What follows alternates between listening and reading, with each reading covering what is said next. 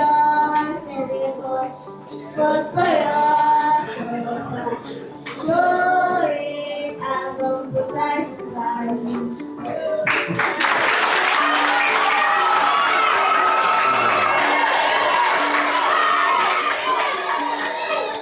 Distinguished guests of honor, good day. Good day, my fellow seminarians.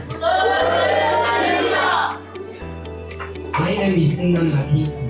I'm in SS2B. I'm here to take you guys on some radios. So, anyone you can answer, you indicate by raising up your hand. My first radio is: a man has 17 sheep. All but 9 died. How many are left?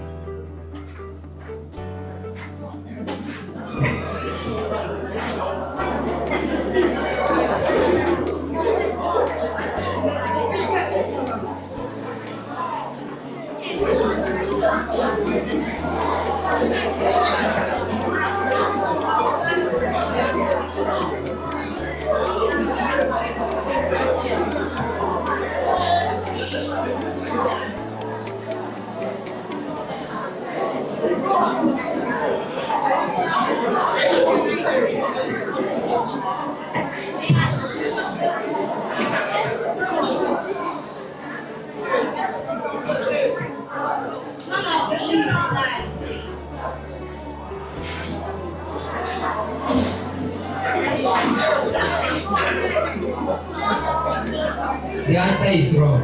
Any other person?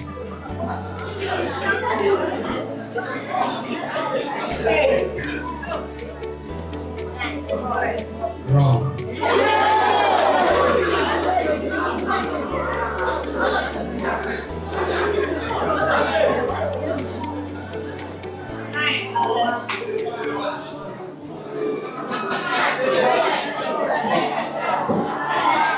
Correct.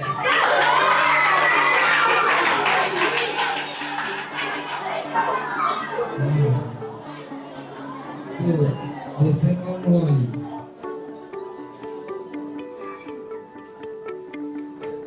what goes up and can never come down?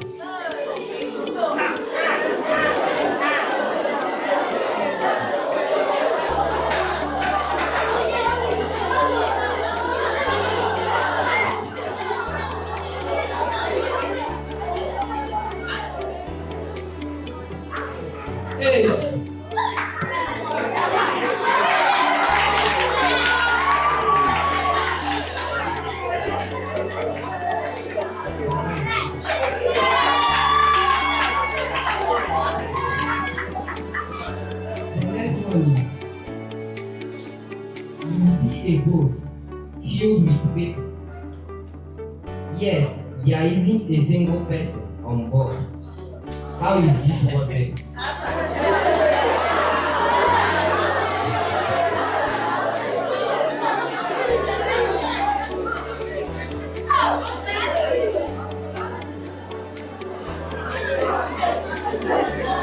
People.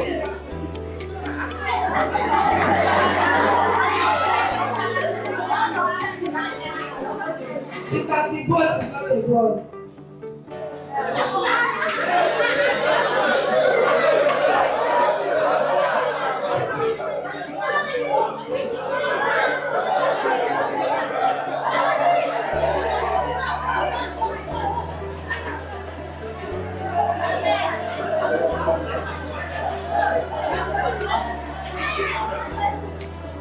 Nobody is single.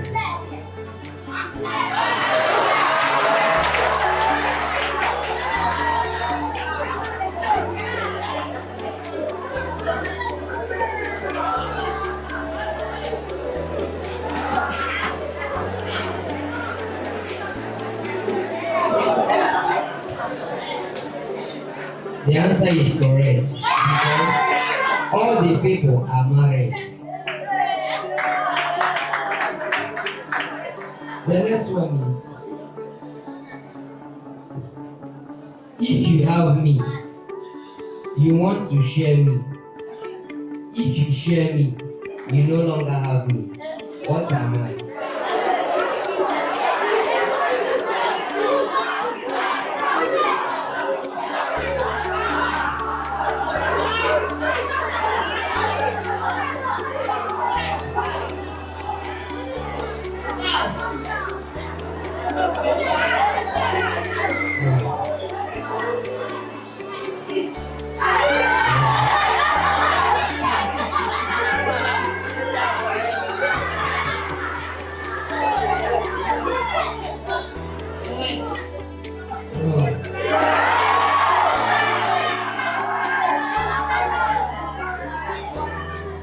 Wrong.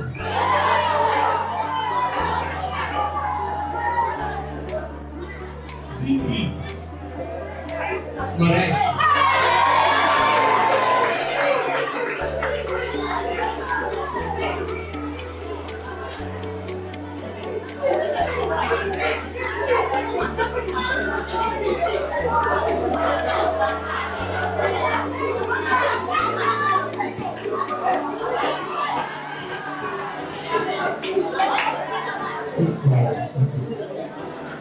The next one is a man is looking at a photo and someone asks, "Who is it?" He replies, "Brothers and sisters, I have none. But this man's father is my father's son. Who is in the photo?"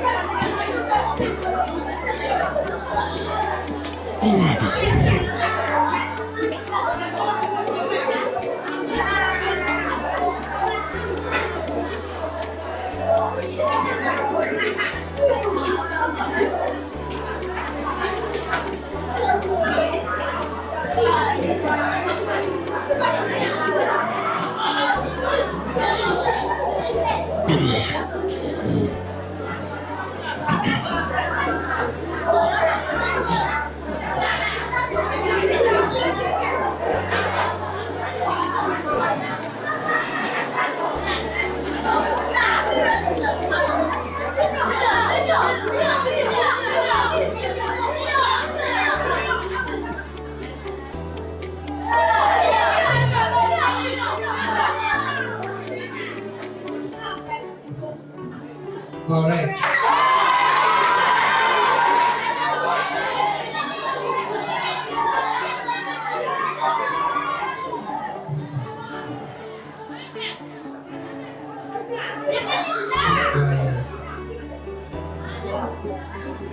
The next one is, which number comes next in the sequence? 2, 6, 12, 20, 30, and what?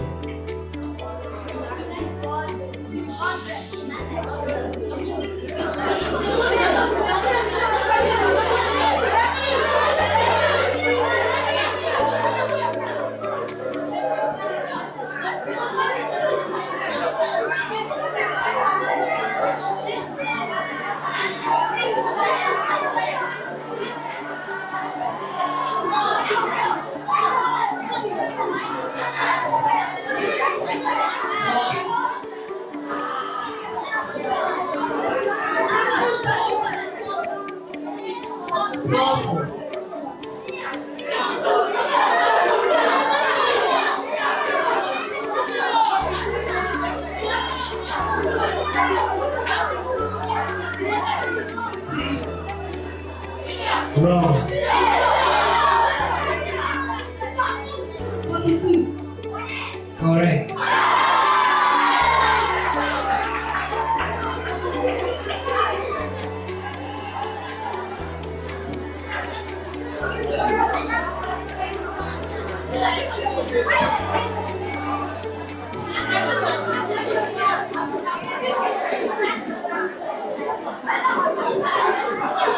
So the explanation to the sequence is listen to the explanation of the sequence.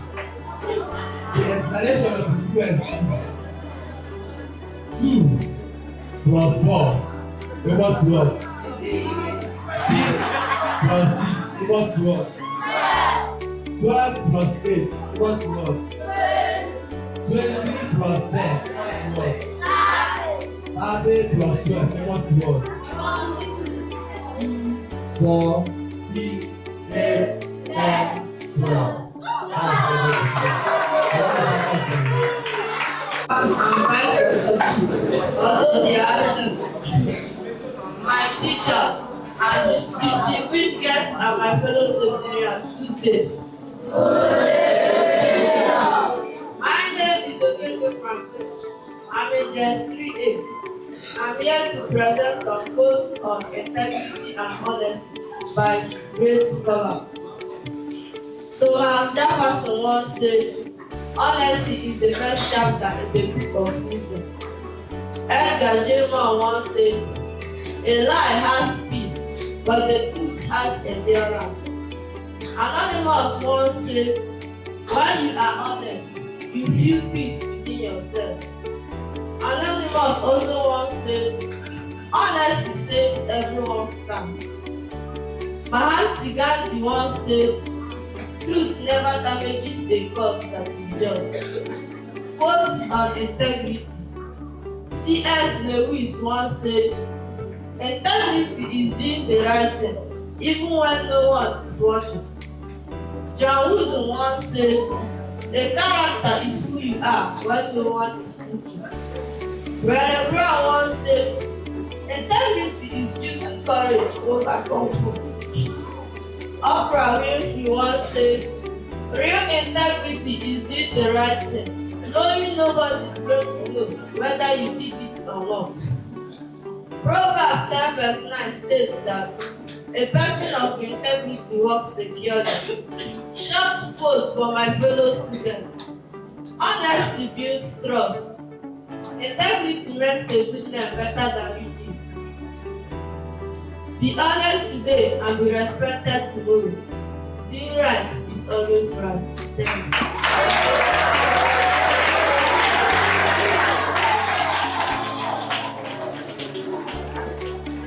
My name is Immaculate Conception. I am here to make a presentation on the topic, living to make a difference in a digital world.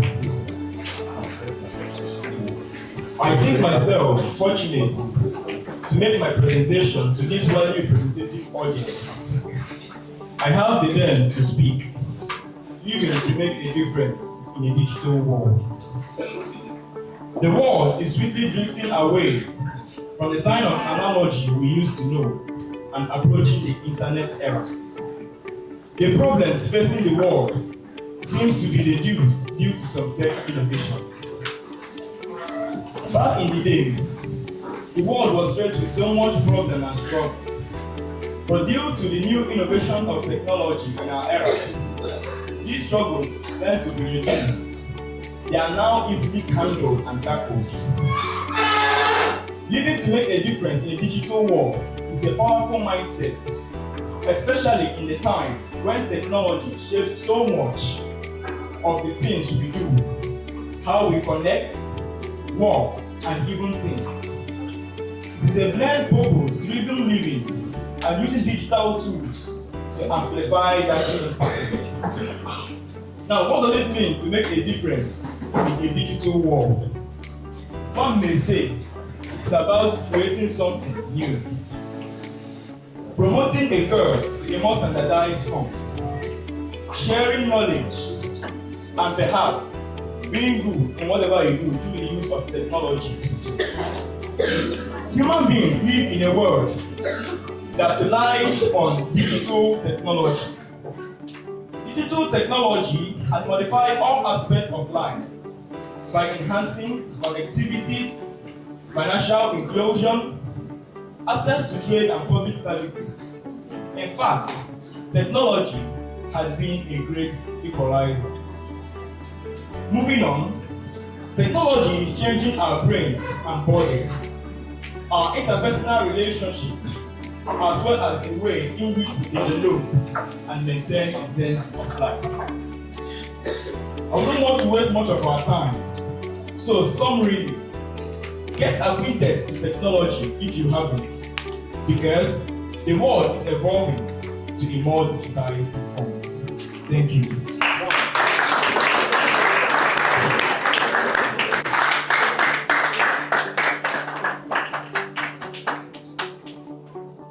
I am standing on this one.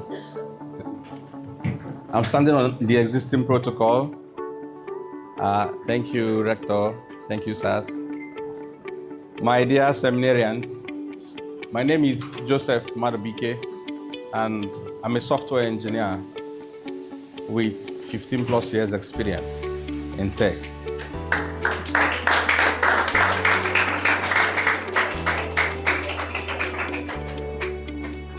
My passion for technology is not academia.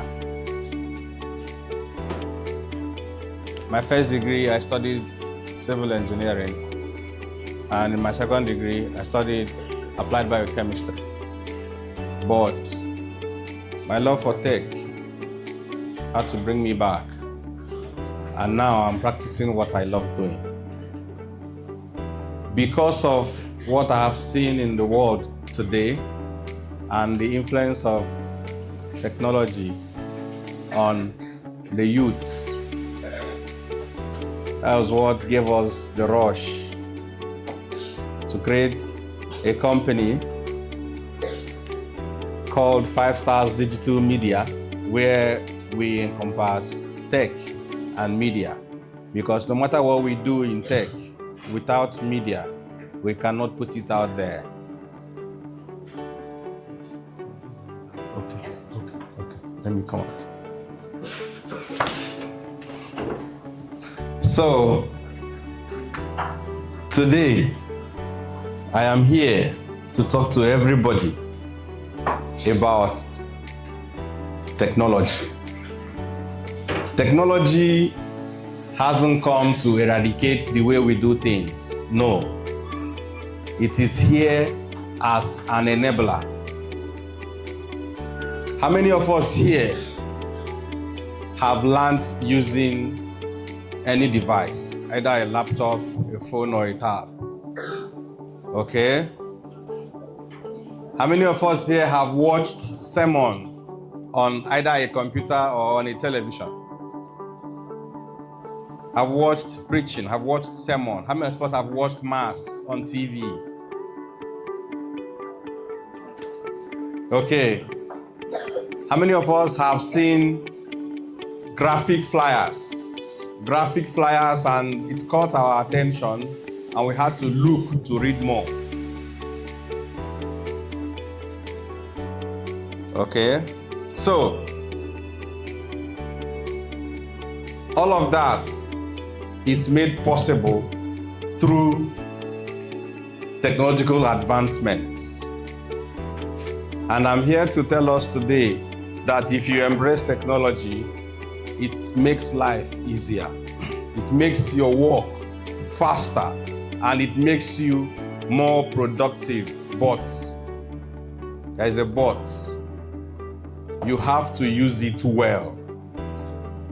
As we all know, computer is an idiot machine, right? Garbage in, garbage out. Nonsense in, nonsense out. So, for you to be able to do well in the tech world, you ought to have the basic knowledge and understanding of what you want to do. And then, with a little mentorship and the application of technology, it reveals the caliber that you are made of.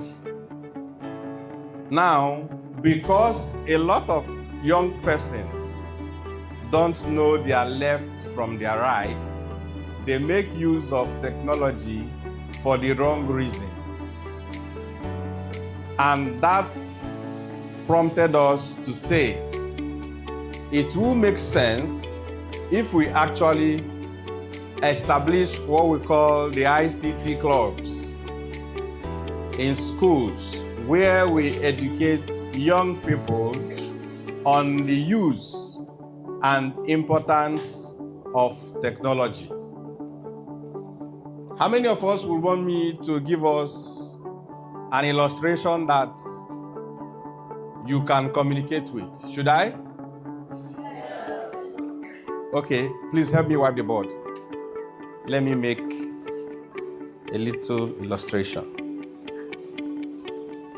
So, let me use the seminary as an instance. Can anybody who is not registered in this school walk into these premises, join you in class and take exams? Beautiful. So, on the internet, there is no mobile police standing anywhere. Okay. There is no mobile police standing anywhere. On our way here, we experienced some roadblocks where they will stop you, take a look at you and see if you are good looking, they ask you to go. If you look somehow, they will clear you and ask you, who are you, right? And that is why you see most people who have dreadlocks, who wear oversized trousers, who wear oversized shirts, they only go out at night when the checkpoint is no longer active. Do we have an idea? Okay. So, because there are no policemen online, there are no policemen on the internet, there's what we call authentication and authorization. So, authentication means you've been given, that the system is aware. We know you are here. You're authenticated. So we confirm you. Then authorization is access to certain level. So if there is a tag for JSS1 students with the school badge and the school logo, you put it on your neck. Then if you are coming into the gate or you are in the premises, that tag on your neck shows that you are authenticated. Now, if it's time to go to the refectory, you have access because you have your tag, you have your ID. But now, when it's time for classes, you cannot wear a JSS1 tag into an SS3 classroom. Do we understand? So your inability to use a JSS1 tag into an SS3 classroom, it falls under the authorization category. It shows that you are not authorized to be in this class. Now, that is how the digital space works. There are platforms you cannot be authenticated yet to be in. And when you meet certain criteria to be on that platform, you need authorization to perform there. For instance, there are platforms you can't access if you are not up to 18. The age becomes one of the criteria for you to have access. And when you are up to 18, you need to provide them with certain details, your name, your age, your email, your phone number. All these data will be put together to authenticate you and then give you authorization, right? How many of us here have email addresses? We don't, we know our parents do. So when you, for instance, you go to Google, you input your your email, you input your email and you input your password. If you intentionally put in the wrong password, you will get a message that says invalid credentials. Now, the reason why invalid credentials is used instead of telling you invalid username or invalid password is because they don't know if the account is being tried to be accessed by a person who is not the actual owner. So you are told invalid credentials to keep you confused for a very long time. Before now, it used to be if it's a wrong password, it will tell you incorrect password, so you know which is incorrect.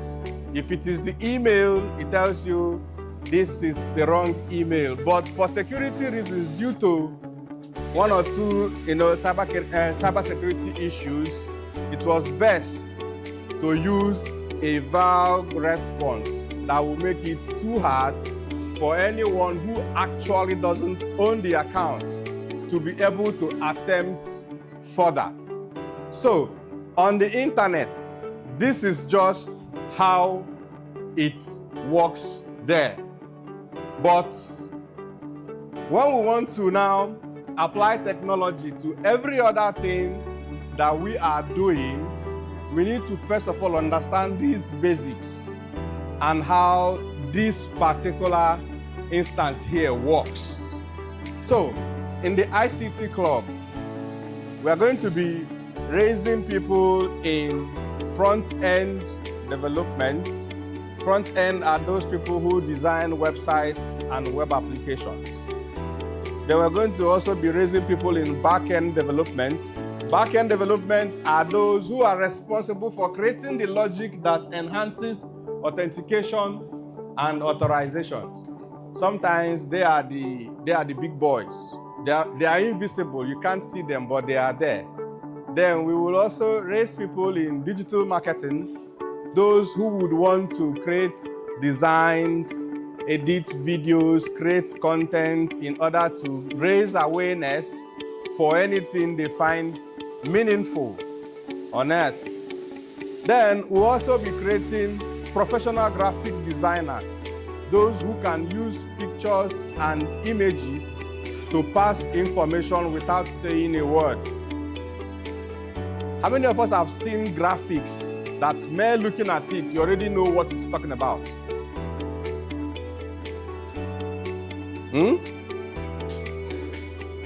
Have we? Have you? Huh? There are graphics designs you will see. The meaning is written all over it. Are we together? Hello?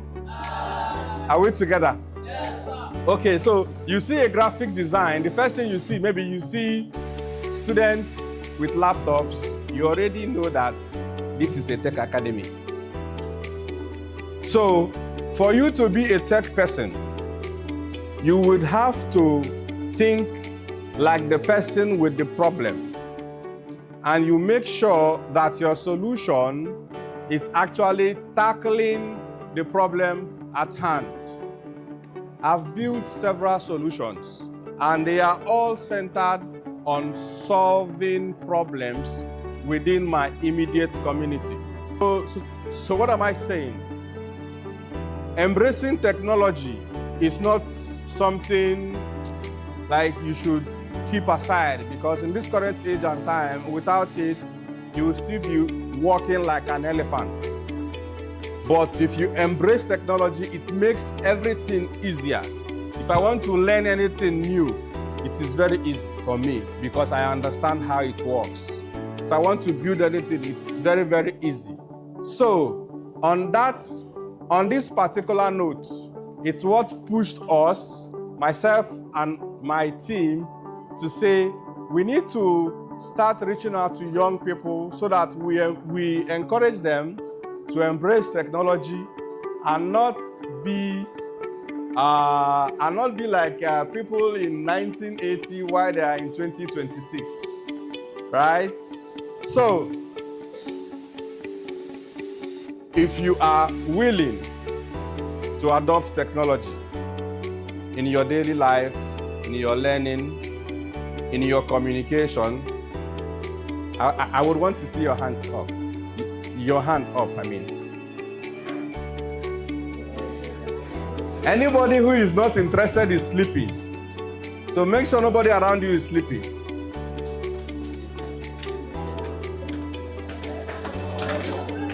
Okay.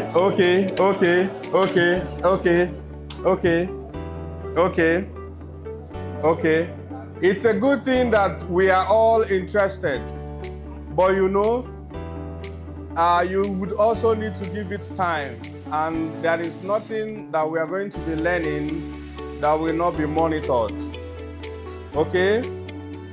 So, I will want to entertain questions if anyone has. Okay. You have a question? Does anyone here have a question for me regarding the little things I've shared with us? Huh?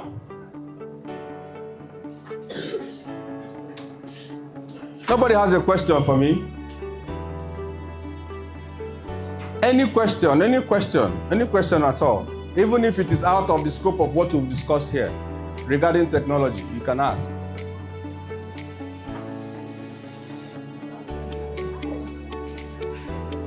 Okay.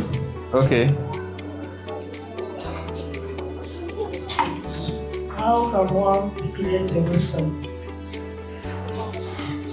That's the spirit. So he said, how can one create a website, right? Now, I want to tell us first how the internet works. So, there are giant underground cables somewhere in the Atlantic Oceans connecting different data centers. So we call them centers because that is where everything that is on the internet is stored. Everything that is on the internet is actually stored in these data centers. And they are all interconnected. In different continents, we have them, but they are not actually working via Bluetooth or whatever. They are underground cables that passes through the Atlantic from one continent to another. So now, these data centers are there. Then we have what we call the ISPs.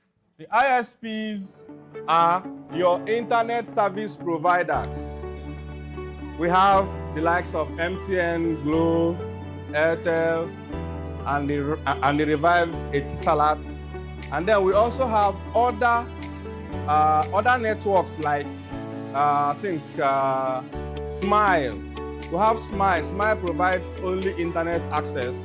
We have Smile and other private internet providers that are not that widely known because they are focused in some regions. We have Starlink also. Starlink. How many of us know about Starlink? Starlink. Okay, so Starlink is more like a satellite. Yeah, it is like that. Yes, that's also an ISP. So now these ISPs give us access to the data centers. And your ISPs don't just give you access, they give you a controlled gateway.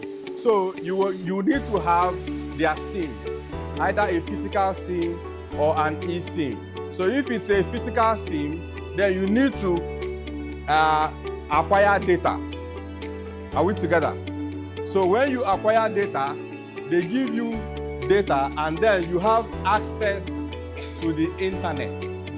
Now, for you to build a website that will be on the internet, there is what we call your domain name. Your domain name is like your address. So for instance, my address in Umuahia is number 25 Macaulay. 25 Macaulay Street. So your domain name can be your name. For instance, chukwuemeka.com. All right? So you acquire this domain name, which is your address on the internet. Now, when you acquire this domain name, which is your address, you then need a building. Are we together? The building that will signify your address, we call it your hosting. Some say it's the hosting plan. We call it your hosting. So now you see that you have a domain name, which is your address, and you have a hosting plan, which is your house. All right? Now, to build and deploy your website, you now need to contact somebody who will definitely come out from one of you as a front-end developer to build for you your website using any of these three technologies called HTML, CSS, and JavaScript. Are we together? HTML stands for Hypertext Markup Language. CSS stands for Cascading Style Sheet. And then JavaScript is a multifaceted language that does both front-end and back-end development. Are we together? So for you to have your website up and running, you need to have this understanding that your website is going to need a domain name, it's going to need a hosting. You also need a techie who will build it using these three languages, and you need internet access from any of your ISPs to access your website. Have I answered your question very clearly? Okay, so is there anyone else with a question? Okay.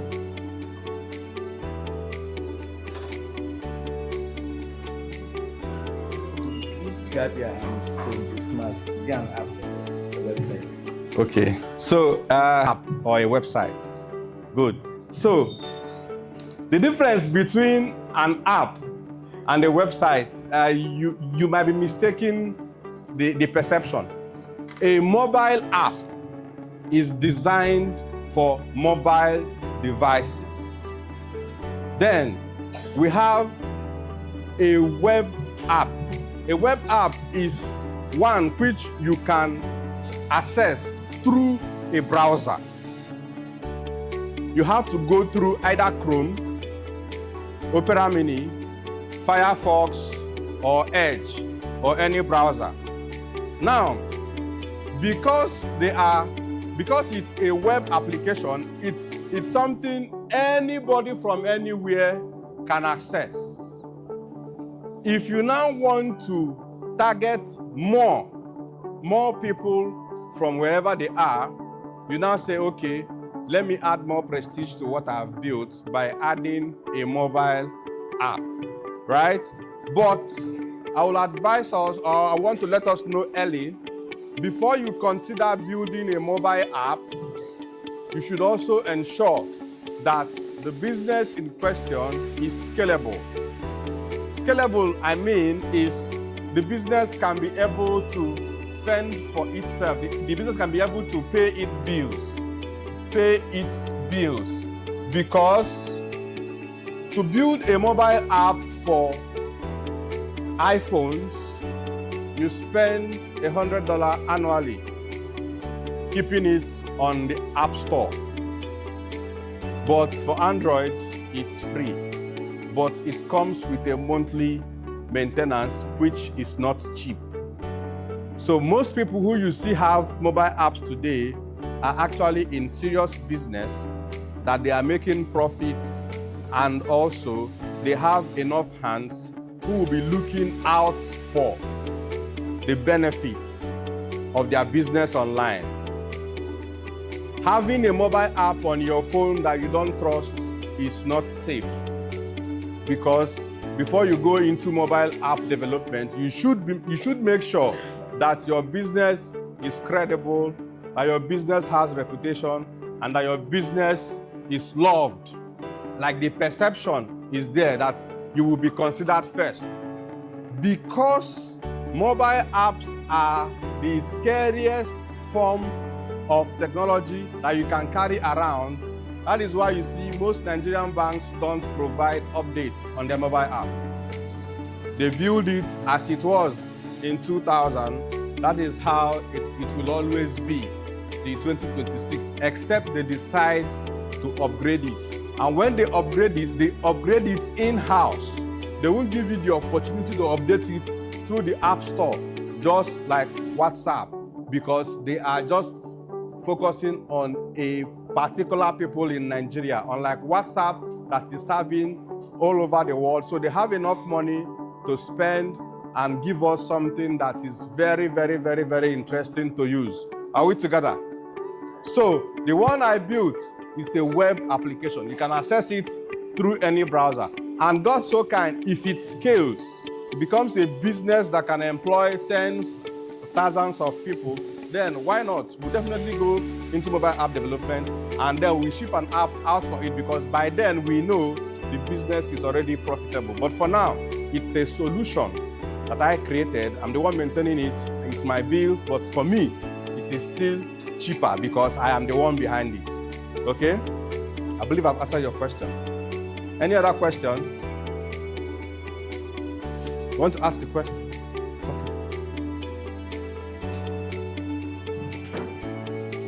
Yes. There's location of place here. How do they get the location? Very smart. So for Google Map, the way they got the locations are, they throw it open. Even up till now, there is a platform called Google My Business. So for business owners, all you need to do is go to Google My Business and register your business on Google for free. Now, one of the criteria is that your business must have a number, a house number. So for instance, mine is 25 Macaulay. So I registered on Google My Business, number 25 Macaulay belongs to so and so business, which is 5 Stars Digital Media. Now I have to undergo authentication by snapping my building and then making a video of where I am opening my office door to show that indeed it is my location. Now, uploading that detail, that's what we call geotagging. On your phone, when you on the map on your phone, it shows a kind of perimeter of the videos around you. The moment you open your phone and accept geotagging, it pins you to Google Satellite, from that location to Google Satellite. So automatically, Google has gotten that particular place as number 25 Macaulay. If anybody anywhere searches for 25 Macaulay, because other persons have done it, they will easily navigate, show the person the way to 25 Macaulay, and that is how they get every other person's address. They did not come one by one taking it. They only provide a solution. Put your business online for free, and you willingly did that. You understand? So that is how they got it. If you ask AI to give you a picture of Elon Musk, AI will try to sketch. Now, how did they do it? It's when you upload your pictures to social media. So they use those pictures to train AI on how to generate images. And they did it, in fact, it was free because you willingly signed the terms and conditions on Facebook and Instagram when you were there. And anything you give them, they use it to train machine on how to get your image better. Okay? I believe I've answered your question.